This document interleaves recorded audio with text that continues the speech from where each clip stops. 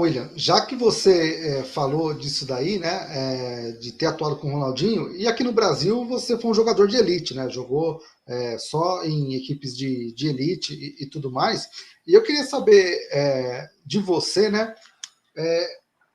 agora você está na gestão de um clube como o Ecos, é um clube que está na última divisão, né, de São Paulo, e a realidade é bem diferente, assim, né? Na sua visão, o que você traz de experiência para ajudar o Ecos e o que o Ecos te ensina, né, do futebol, com essa diferença com uma realidade que você não viveu como jogador, né? Cara, é uma pergunta muito interessante e foi uma das discussões minha com o Wagner e com o Diego, com os meus sócios. Porque o Diego acompanha muito, o Wagner também, eles estão sempre metidos no que é Bezinha, A4, A3, Copa Paulista, tudo, e não é uma realidade que eu vivi. E meio que caí assim dentro, tentando entender o cenário, né? As dificuldades em relação a centro de treinamento, em fisioterapia, dificuldade de logística de jogos, mas o brilho que a gente vê nos olhos dos jogadores que ainda sonham, que acreditam, foi uma das coisas que fez eu realmente parar e falar assim, quando eu cheguei no CSA, e falar assim, cara, não dá mais para mim. Eu já não tenho a mesma vontade, eu não tenho mais o mesmo ímpeto que eles para poder fazer. E eu já estava realmente ali ocupando um espaço pela história que tive, mas não porque eu conseguia ter esse brilho nos olhos que eu via nos olhos deles. É o que eu vejo hoje nos nossos atletas. Cara, é absurdo. Tem gente que sai de Osasco, do fundão de Osasco, assim, para poder quase 40, 50 minutos para estação de trem para terminar em Suzano. Tem que sair 5 horas da manhã para chegar aqui 8h30 e chega em casa 4 horas da tarde. Então, assim, é uma realidade totalmente diferente da que eu vivi. Comentei muito com meu sócio sobre isso, porque eu precisava entender um pouco do que é. E hoje, vivendo isso, eu vejo que tem muita gente com muitas condições que sonham e talvez não tiveram as mesmas oportunidades que eu.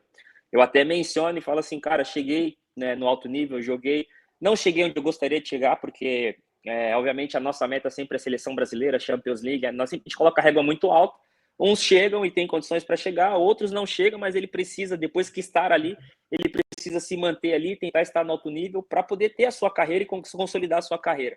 A minha não foi dessas de seleção, Champions League, por mais que eu tenha jogado o Mundial de Clubes com a América, mas não é a mesma coisa, não foi o que eu tinha projetado como carreira. Mas no meio do caminho a gente vai adaptando sonhos.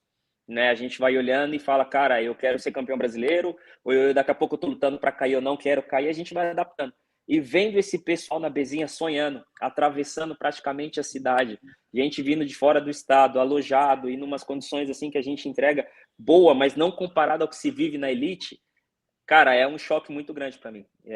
Me faz toda vez estar realmente envolvido com aquilo, ter compromisso com as minhas palavras, honrar as palavras, né, que nós temos e que nós damos para ele. Então, uma das coisas que a gente preza muito é salário em dia. A gente tenta ali, de alguma forma, motivar com o bicho, porque a gente sabe que faz a diferença na vida deles. Uma logística boa. A gente tenta encontrar os melhores patrocínios. No caso, fizemos um acordo com a Capa para material, para que eles possam realmente se sentir parte de algo que o futebol entrega no alto nível. Né? Então, pouco a pouco, nós estamos tentando trazer eles para o mais próximo disso, sabendo das dificuldades que temos, das dificuldades que encontramos. Mas para mim foi um choque de realidade muito grande. Só que para mim, ao mesmo tempo que foi um choque de realidade, eu vejo muito por um lado positivo, porque eu vejo que ainda tem gente que sonha com futebol de verdade. Tem gente que realmente acredita que vai mudar a história da família e tem condição de fazer. Tem jogadores, e eu vou ser muito sincero, que eu acompanhei durante a Bezinha, vocês acompanham, que tem condições de pisar lá em cima, hein? Tem condições de pisar lá em cima. Tem condições de. Parece loucura o que eu estou falando aqui, mas a gente vê no dia a dia como trabalha, comportamento de jogo, a inteligência técnica, a inteligência tática, a qualidade técnica. Tem jogadores que a gente olha que vê que merece um pouco mais, não merecia estar em Bezinha, não. Se perderam na transição de clube grande, entre o 20 e o profissional, termina que se perde, se desmotiva porque vem para uma realidade diferente e não consegue manter. Então, esse choque de realidade que acontece muito nessa transição de jogadores que estão saindo do sub-20 e não consegue se encaixar em algo parecido entre São Paulo, Corinthians, Santos, Palmeiras, que terminam nesses lugares, a gente vê uma certa frustração, mas a gente vê eles ainda lutando para poder voltar. Então, é uma pergunta bem interessante, porque eu falo muito sobre isso. Eu falo, Diego, me ajuda, cara, eu conheço pouco a divisão, conheço poucos atletas da divisão, mas, cara, o Diego e o Wagner têm um conhecimento absurdo sobre isso, o Renan também conhece muito, então eles trazem cada nome, a gente senta, olha, avalia e fala, cara, onde vocês acharam esses jogadores? E cada jogador num perfil bem bacana assim mesmo. Legal.